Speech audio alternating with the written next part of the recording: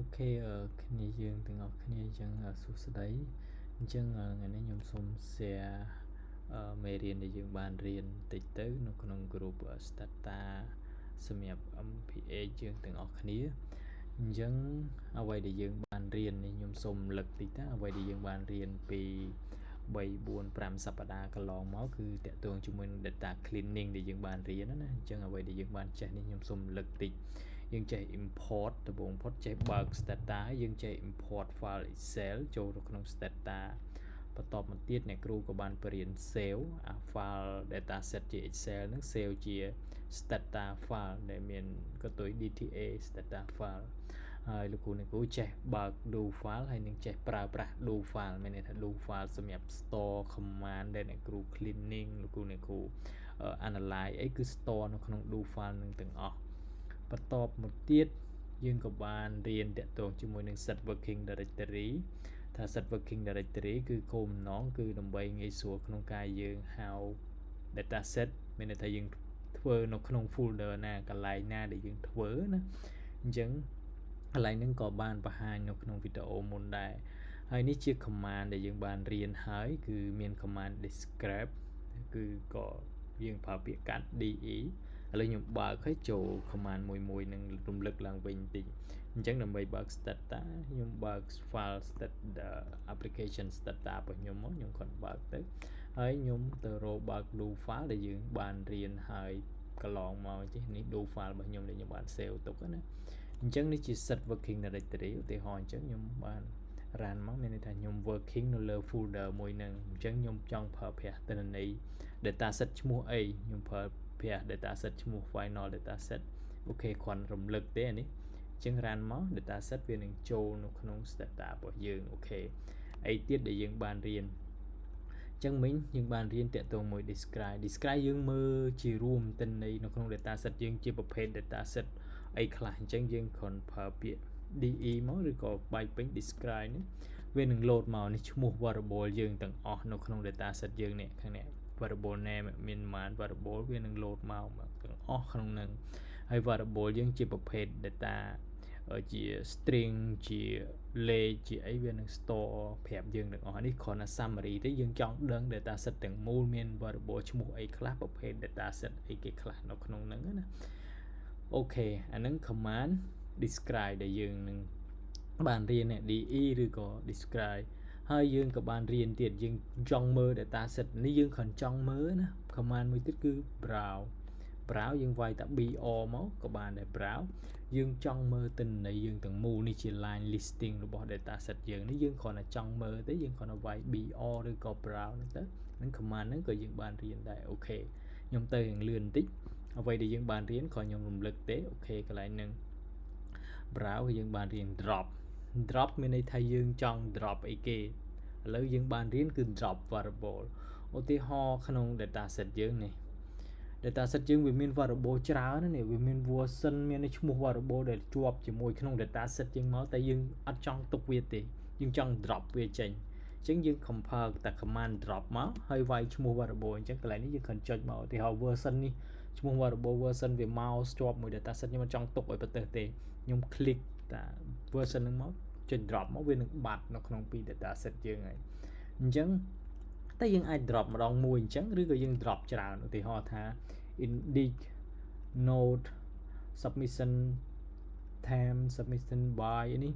ចង់ drop ប៉ុន្មានក៏បានដែរនេះ variable ដែលយើងអត់ចង់ប្រើប្រាស់អញ្ចឹងខ្ញុំគ្រាន់តែចុច drop មកមានន័យថាវានឹង drop automatic វាបាត់ពីក្នុង data set យើងអញ្ចឹង drop ម្ដងមួយក៏បាន drop ម្ដងច្រើនក៏បានគ្រាន់តែវាយពាក្យ drop ហើយ list ឈ្មោះ variable យើងមកអញ្ចឹងនេះខ្ញុំក្នុង data set យើងគឺអានេះឯងបានឡើងវិញអូខេអញ្ចឹងខ្ញុំ drop data set ដែល variable ណាដែលអត់ចាំបាច់ចេញវានឹង drop ចេញបាត់អស់ពីក្នុង data set យើងកុំឲ្យវាញ៉ៃញ៉ៃពេកណាកន្លែងហ្នឹងគឺប៉ុណ្្នឹងទេអូខេអ្វីដែលយើងបានរៀនបន្តទៀតយើងមើលទៅលើ command describe browse ហើយ label variable កន្លែងនេះគឺយើងរៀនច្រើនជាងគេហើយយើង clean ច្រើននៅក្នុងនេះយើង label variable នេះយើងមាន variable name q1 q2 អីនេះយើងចង់ label យើងអត់ដឹងនេះកន្លែង label របស់វាដាក់ label ឲ្យ variable ហ្នឹងគឺ observation ឈ្មោះ variable នឹងឯង Q1 អញ្ចឹងយើងចង់ដាក់ label ថា Q1 ហ្នឹងអីគេអញ្ចឹងយើងប្រើ label variable ឧទាហរណ៍ Q1 ហ្នឹងនិយាយពី program នៅក្នុង SPA យើងអញ្ចឹងយើងដាក់ label variable អញ្ចឹងមកនេះវាយមកក្នុងហ្នឹងដាក់អីក៏បានតែ Q1 យើងដឹងថា Q1 ហ្នឹងនិយាយពីអីអញ្ចឹងវានឹង load program at SPH មកអូខេអញ្ចឹងផ្សេងទៀតគឺដូចគ្នាអញ្ចឹងតែនៅក្នុង Q1 ឧទាហរណ៍យើងមើល Q1 ហ្នឹងថា Q1 ហ្នឹងមានអីខ្លះ command tab គឺ tablet ហ្នឹងយើងដឹង Q1 ហ្នឹងមានលេខ1លេខ2លេខ3លេខ4លេខ5លេខ6យើងអត់ដឹងអាហ្នឹងអីគេទេក្នុង data set យើងមើល questionnaire តែឥឡូវយើងដឹងឧទាហរណ៍ថាឥឡូវយើងដឹងហើយយើងចង់ដាក់អា label define ឲ្យអា Q1 1 2 3 4 5ហ្នឹងអីគេអញ្ចឹងនេះយើងបានរៀនហើយអានេះគ្រាន់រំលឹកទេអញ្ចឹងយើងក៏បានដាក់ label define គេប្រើ label define Q1 លេខ1 MPH លេខ2 MSH SEF លេខ3 MHA លេខ4អីអញ្ចឹងទៅអញ្ចឹងយើងវាយ command label define មកអូខេអញ្ចឹងវានឹង load មកឥឡូវយើងវាយ tab Q1 មកទៅដែរឥឡូវយើងមាន label ហើយយើងបង្កើតហើយតែយើងចង់បំពាក់របស់វាបំពាក់ឲ្យអាលេខ1ហ្នឹងបំពាក់លេខ1ហ្នឹងទៅជា MHA ឬក៏ MPA អញ្ចឹងទៅអញ្ចឹងគេបំពាក់គេប្រើ label value បំពាក់ label ឲ្យតម្លៃរបស់ variable នឹងឯងកន្លែងហ្នឹងណាអញ្ចឹងអូខេយើងបំពាក់ label value បំពាក់ Q1 ដែលយើងបាន define ហើយឲ្យ Q1 ដែលលេខ1លេខ2នឹងឯងអញ្ចឹងយើង tab Q1 មកទៀតអូខេអញ្ចឹងវានឹងចេញនេះមានប្រមាណភាគរយអូខេអាហ្នឹងមួយអញ្ចឹង variable ផ្សេងទៀតទាំងអស់គឺដូចគ្នាកន្លែងហ្នឹងណាដូចគ្នាអញ្ចឹងយើងមើល variable ទាំងអស់ហ្នឹងប្រុសស្រី date of birth ដូច variable មួយចំនួនវាជាថ្ងៃខែយើងមិនអាចឲ្យ value 1 2ណាបើទិន្នន័យយើងជាថ្ងៃខែទិន្នន័យយើងជាលេខដូចគ្នាយើងគ្រាន់ដាក់តែ label ឲ្យ variable យើងឲ្យយើងងាយស្រួលមើលថា Q file នឹងអីគេទៅយើងអត់មានបើទិន្នន័យយើងកម្ពស់វាជាលេខយើងមិនអាចលេខ1ទៅអីលេខ2ទៅអីអាហ្នឹងយើងអាចខាងមុខតិចទៀតយើងកូដខាងក្រោមតិចទៀតអូខេហើយយើង run អ្វីដែលយើងបានរៀនទាំងអស់ឡើងវិញបើតាក់មានន័យថាយើងខុសកន្លែងណាមួយវានឹងតាក់ហ្នឹងហើយអញ្ចឹងយើង run ទាំងអស់មកអូខេឥឡូវខ្ញុំ select ទាំងអស់ខ្ញុំ run មកអត់តាក់មានន័យថាខ្ញុំដាក់ label define label value ទៅតាមប្រភេទទិន្នន័យហើយកន្លែងនេះឧមាថា yes no ទាំងអស់អូខេអញ្ចឹងដូចគ្នាទេមកជួអស់នេះគ្រាន់ដាក់តែ label define ហើយ label value អូខេអញ្ចឹង run មកអត់តាក់ទេខ្ញុំ run អត់តាក់ទេ data set ទាំងអស់ហ្នឹងហើយមកដល់កន្លែងនេះយើងរៀនអីគេទៀតបានអូខេយើងរៀន generate យើងបានរៀន generate យើងរៀន replace recode ហើយនឹង tablet អូខេ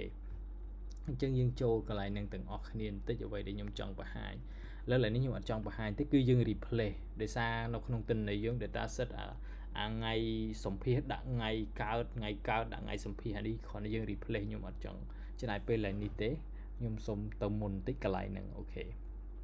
នេះកូដមានស្រាប់អាចមើលឡើងវិញគ្រាន់តែ replace ថ្ងៃកើតទៅថ្ងៃសម្ភាសទៅកើតច្រឡំគ្នាយើងសម្ភាស replace វាឡើងវិញកន្លែងហ្នឹងអញ្ចឹងបន្តមកទៀតឥឡូវអ្វីដែលយើងមាន date of interview ហើយនឹង date of birth ថ្ងៃកើតហើយថ្ងៃសម្ភាសថ្ងៃហ្នឹងហើយឬក៏យើងមានតែថ្ងៃហ្នឹងឬក៏ថ្ងៃនេះអញ្ចឹងទៅថ្ងៃសម្ភាសហ្នឹងគាត់អាយុប៉ុន្មានតែយើងមានថ្ងៃកើតអញ្ចឹងយើងយកថ្ងៃដែលសម្ភាសហ្នឹងដកថ្ងៃកើតវានឹងចេញអាយុអីអញ្ចឹងអូខេឥឡូវដើម្បីបានអាយុយើង generate variable មួយឈ្មោះ age អាយុយើងអត់មានអាយុទេក្នុង data set យើងអញ្ចឹងយើង generate variable មួយឈ្មោះឲ្យឈ្មោះថា age អាយុស្មើនឹងថ្ងៃសម្ភាសដកថ្ងៃកើតអញ្ចឹងទៅអញ្ចឹងយើង generate មកអូខេ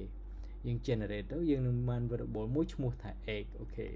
អញ្ចឹងយើង tab មើលតិចមើលថា age ហ្នឹងវាមានអីគេកន្លែងហ្នឹងអូខេអញ្ចឹងយើងនឹងបានជាលេខអាយុនេះគឺគិតជាថ្ងៃពេលមកគិតជាថ្ងៃអាយុគិតជាថ្ងៃ age ហ្នឹងណាបញ្ជាប់ពីយើង age យើង generate age ស្មើនឹងថ្ងៃសម្ភាសដល់បានអាយុគិតជាថ្ងៃអញ្ចឹងយើងបាន variable មួយឈ្មោះថា age យើងអាច browse age នឹងមើលបន្តិចនេះអាយុយើងបានអាយុអីមិញយើងអត់មានអាយុទេយើងមានតែថ្ងៃកំណើតអីចឹងទៅហើយនឹងថ្ងៃសម្ភាសចឹងទៅអញ្ចឹងយើងបានអាយុគិតជាថ្ងៃតែឥឡូវយើងអត់ចង់បានជាថ្ងៃទេយើងចង់បានជាឆ្នាំអញ្ចឹងយើងបានយើង generate ឲ្យដាក់ age អីក៏បានឈ្មោះ variable យើងដាក់ age year អញ្ចឹងទៅស្មើ variable age ហ្នឹងចែកនឹង365ថ្ងៃចុច25អញ្ចឹងទៅអូខេពេលចែកមកយើងនឹងបាន age មួយយើងនឹងបានមួយទៀតនេះ age ជា year យើងបាន variable មួយទៀតទេអញ្ចឹងអានេះជា year ខ្ញុំ chẳng vì mình biết nó khẳng khỏi chờ nó để sai dương bộ mũi màu bây giờ 65 ngày nó bộ mũi màu trên ppm chẳng tới dương có trong ở viêm có biết thì đại dụ ở đại có biết chẳng dương đã rào ấy đã chảy máu men thang anh nắng viên đừng tới chỉ lệ vậy ở đây dương vào mới ok nè dụ dương chỉ gì á admin có biết thì để nó chỉ chừng ngay vậy nó chỉ gì dương bật cốt á để dương bật cốt chẳng anh cái lại nè chẳng tay vì miền sâu nó nói dụ dương là sao việc khó error ngay khai một chuyện nó đỏ tới trên sâu chẳng dương replay hẳn nắng đôi từ chỉ dot ấy chẳng tới cũng mỗi tục thải dụ smart zone chẳng dot nó smart missing ấy chẳng tới ok chẳng replay về tới chẳng lên miền dụ cái chỉ sâu là nè đấy ní cứ dot chẳng tới lại nâng từ chỉ dot đấy lại sâu nữa nè lời những ban group hay những ban dụ miền ban group ấy những ban dụ đấy kết chia năm những miếng này dụ kết chỉ năm chứ này nên dụ kết chỉ ngay những miếng pi ấy tại nhưng trong ban A group thay dân thừa mày dân miền vị thị xã 7 lại ní nhung nâng vào 2 đằng 7 miền thị xã 7 lấy dương trong ban A group mùi để miền variable chỉ A group dương generate variable mối mua thay A group dân từ chén hay đại các bạn ấy mua variable để dân đại A group dân từ giống như ban variable mối cứ A group này A group dương ai browser mở A group nâng tính mới nè ok dot những ai biết smart được dot mình thà admin ấy đừng admin tầm lại vậy dot nó cứ missing admin tầm lại vậy tê để dân code đó nè smart dot đây là dân trong ban A group giống A group bởi dương dân trong adminประมาณ ក្រុម 3 ក្រុម 4 ក្រុម អាហ្នឹងអាស្រ័យលើ concept របស់យើងចង់បាននេះវាមានអាស្រ័យលើ data អាស្រ័យលើ coding អីទេយើងចង់បានមិនវាឲ្យយើងអញ្ចឹងតែឥឡូវយើងឧទាហរណ៍ថាយើងចង់បាន 4 group ចុះ 20 ទៅ 30 31ទៅ 40 40ទៅ 50 និង 50ទៅ 60 ដែរតែយើងមើលថា A group យើងនឹងទូចបំផុតប្រមាណធំប្រមាណហ្នឹងយើងមើលមុននេះសាំមកហើយនឹង A ជា year យើងមិញយើងមាន A year ណាសាំហើយ detail ទេមកអញ្ចឹងនេះ A យើងអាយុតូចបំផុតនេះយើងនឹងឃើញហើយប្រមាណនេះធំបំផុតប្រមាណតូចបំផុត 23 ធំបំផុត 54 អាយុចន្លោះពីហ្នឹងអញ្ចឹងយើងកូដឥឡូវmìnhយើង replace ហើយឥឡូវយើង replace អា A group នឹងក្រុមទី1ក្រុមទី1នឹង A group នឹងឲ្យស្មើ1ស្មើក្រុមទី1បើសិនបើ A នឹងអា A year យើងធំជាង 20 និង A year យើងតូចជាងឬស្មើ 30 អញ្ចឹងយើងនេះអញ្ចឹងយើង replace អានឹងមួយនឹង replace A group ស្មើ1នឹងក្រុមទី1បើសិនជា A year បើសិនជា A year យើងធំជាង 20 និង A year យើងតូចជាង 30 មិញខ្ញុំ run ហើយអញ្ចឹងយើងប្រើមើលបន្តិចមើលប្រើមើល A group យើង replace A group លើបានក្រុមទី1យើងអត់ដាក់អីអានឹងដាក់លេខ1គឺក្រុមទី1អាហ្នឹងមានន័យថាចន្លោះពីណាទៅណាយើងអត់កំណត់ទេមិញគឺកំណត់ពី20ទៅ30ឥឡូវយើងចូលទី2នេះអញ្ចឹងដូចគ្នាដែរទី2ទី3ឥឡូវយើងមាន4ក្រុមមក31ទៅ40 41ទៅ50 51អញ្ចឹងអានេះជាយើងបន្ទាប់ពីយើង replace ទាំង4ក្រុមនៅក្នុង A group នឹងឯងមិញ A group យើង dot ទាំងអស់អញ្ចឹងយើង replace 1 2 3 4 1ពីណាទៅណា2ពីណាទៅណា3ពីណាទៅណា4ពីណាទៅណាដែលយើងកូដចេញពី A year របស់យើងអូខេឥឡូវយើង replace ហើយឥឡូវខ្ញុំមើលបន្តិចមើល browse នោះមានន័យថាយើងមើលអា data set យើងអ្វីដែលយើងធ្វើនោះវាបើត្រូវយើងមិនបាច់មើលក៏បានឥឡូវយើងមាន4ក្រុមឃើញទេប្រើទៅយើងមាន4ក្រុមនេះ A year របស់យើងនេះ A year នេះ A group យើងបាន4 group នេះឥឡូវយើងដឹងលេខ1អីលេខ2អីតែយើងកូដមិញយើងដឹងហើយឥឡូវយើងដាក់ label define A group នឹងឯងលេខ1ទៅណាស្មើប៉ុន្មានដាក់ group អីលេខ2 group អីលេខ3 group អីលេខ4 group អីនេះមើលទៅតាមហ្នឹងទៅតមក label value បំពាក់អាលេខ1លេខ2លេខ3លេខ4 group ហ្នឹងឲ្យទៅក្នុងតម្លៃអា A group របស់យើងអូខេ run label value អញ្ចឹងយើងមើល tab មើល A group យើងមិញបាននៅឥឡូវយើងបាន A group យើងនេះមាន4ក្រុមដែលយើងចង់បាន82នាក់ក្នុងចំណោមទាំងអស់គ្នានេះឃើញទេអញ្ចឹងយើងបាន4ក្រុមហើយឬក៏យើង browse មើលក៏បានដែរអានេះ tab ឬ tab គឺ tablet browse A group យើងអញ្ចឹងវានឹងមាន load ជាក្រុមចេះវិញឃើញទេវា load ជាក្រុមអាយុអញ្ចឹងយើងអាចវិភាគអាចអីបានហើយ ឬវិធីសាស្ត្រមួយទៀតតាមអ្នកគ្រូក៏គាត់បានវិធីសាស្ត្រអ្នកគ្រូរៀងខ្លីជាងមុនទៀតគាត់ recode គាត់ប្រើពាក្យ recode យកមក recode age year ហ្នឹងអា20ទៅ30ហ្នឹងឲ្យស្មើ1 31ទៅ40ហ្នឹងឲ្យស្មើ2 41ទៅ50ហ្នឹងឲ្យស្មើ3 50ទៅ54ហ្នឹងស្មើ3បន្ទាប់ពី recode ហ្នឹងគាត់ generate variable មួយ age ដាក់អីក៏បានដែរឥឡូវខ្ញុំដាក់ age group មួយចុះដើម្បីកុំឲ្យជាន់អាលើអញ្ចឹង recode នេះអញ្ចឹងគ្រាន់តែ run recode ប៉ុណ្ណឹងនេះមើល command នៅក្នុងហ្នឹងទៅអញ្ចឹង age group យើងមើលទៅលើ age group មួយយើងវិញបន្ទាប់ពីនេះគូ recode ជាងហើយage group មួយបាន1 2 3 4ដែរនេះបាន variable ផ្សេងមួយទៀតអានេះប្រើមើលបន្តិចនេះប្រើ age group age year 4មើលនេះអាយុជាថ្ងៃបាន variable ថ្មីច្រើនណាអាយុជាឆ្នាំ age group ហើយ age group មួយដែលអ្នកគ្រូបង្កើត4ក្រុមមិញនេះតែអត់ដាក់ label ឲ្យវាទេបន្ទាប់ពីហ្នឹងមកអ្នកគ្រូដាក់ label define label value ដោយឲ្យលើវិញដដែលនេះអញ្ចឹងរៀងខ្លីជាងមុនបន្តិចមិនបាច់ replace ទេក៏ដាក់ recode យកមកនេះហើយបន្ទាប់មកអញ្ចឹងវាចេញចេះមកចេញបាន age group ដូចគ្នានេះគ្រាន់ឈ្មោះខ្ញុំប្រើវិធីសាស្ត្រថ្មីណាឥឡូវយើង tab មើលនេះ tab គឺយើងវិភាគមើលកន្លែងហ្នឹងនេះវានឹងបាន4ក្រុមអញ្ចឹងដូចអា age group ដូចគ្នាអញ្ចឹងធ្វើតាមនេះក៏បានរៀងវែងបន្តិចអ្នកគ្រូគាត់បន្ថយមកសល់តែ4ទេអត់មានអត់ប្រើ function replace គាត់ប្រើ recode មកជំនួសទាំងអស់មកតែមានវិធីសាស្ត្រទី3មួយទៀតឥឡូវយើងមាន age year ដូចគ្នាមិញចេញពី age year ទាំងអស់ក្បួនទី1ទី2ទី3ឥឡូវ age year ខ្ញុំប្រើ recode ហើយអត់ label define ឯងខ្ញុំ define នឹងទាំងក្នុងនឹងទាំងអស់ហ្មងយើងមាន age year អញ្ចឹងខ្ញុំ recode age year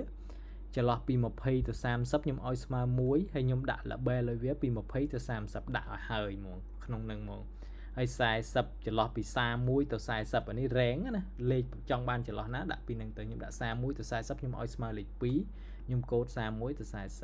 40ទៅ50ឲ្យស្មើ3 41ទៅ50ចឹងទៅ51ទៅ60ដូចគ្នាឲ្យស្មើ4អញ្ចឹងយើងមាន4ក្រុមហើយខ្ញុំដាក់ label ឲ្យវានៅក្នុងនឹងឲ្យហើយអាចដាក់អញ្ចឹងបានបន្ទាប់មកខ្ញុំ generate variable មួយថ្មីដាក់ឈ្មោះអីដាក់ទៅខ្ញុំកុំឲ្យជាន់ខាងលើ age group 1ខ្ញុំដាក់ age group 2ឥឡូវខ្ញុំបាន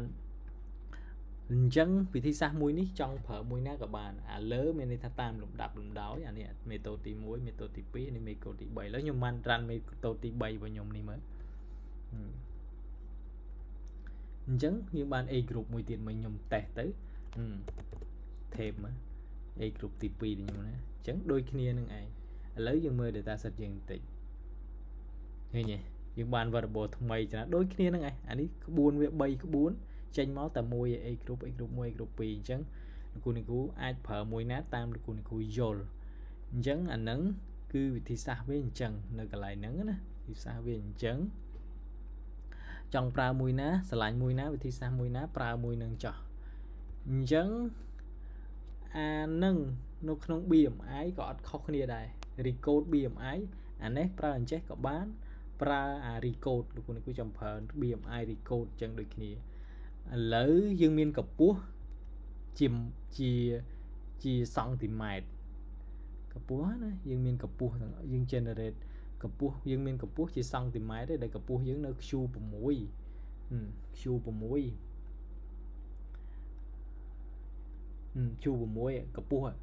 តែយើងចង់បានកម្ពស់ជាសង់ទីម៉ែត្រយើងប្រើមើលតិចមើល Q6 កម្ពស់យើងជាសង់ទីម៉ែត្រទាំងអស់ variable នេះជាសង់ទីម៉ែត្រតែយើងចង់បានកម្ពស់ជាម៉ែត្រអញ្ចឹងយើងត្រូវបង្កើត variable ថ្មីកុំឲ្យប៉ះពាល់គ្នាយើង generate variable មួយដាក់ឈ្មោះអីដាក់ទៅអ្នកគ្រូដាក់ high ហើយ ចេះអញ្ចឹងដើម្បីជាម៉ែត្រយើងចែកនឹង100មក Q6 ចែកនឹង100អញ្ចឹង generate អញ្ចឹងយើង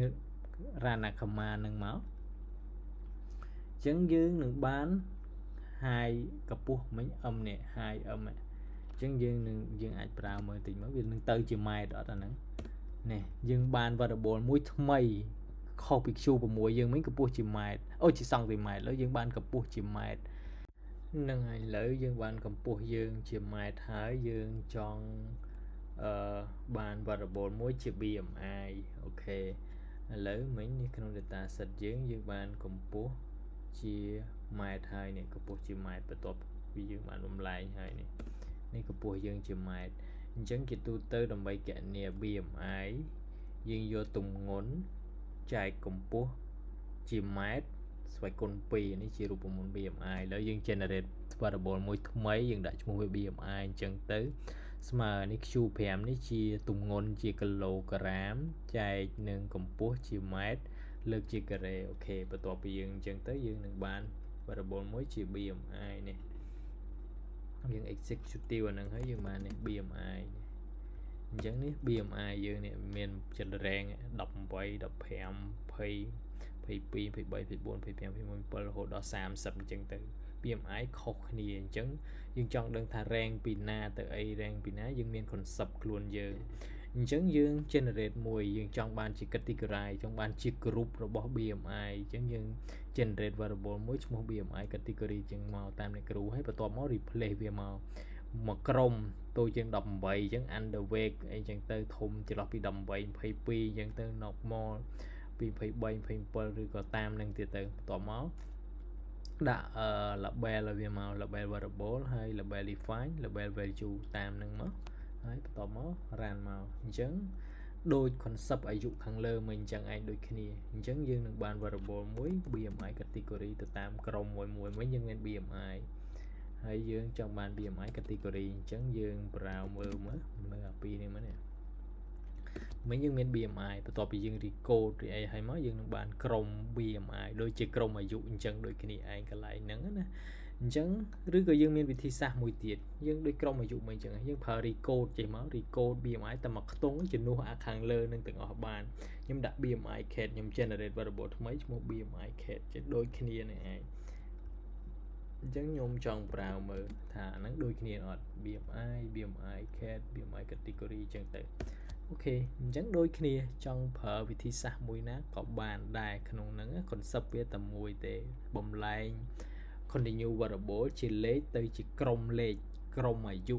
ក្រុម BMI តាមប្រភេទអ្វីដែលយើងចង់បានយើងមាន concept អញ្ចឹងអរគុណច្រើនមានចម្ងល់អីអាចសួរបាន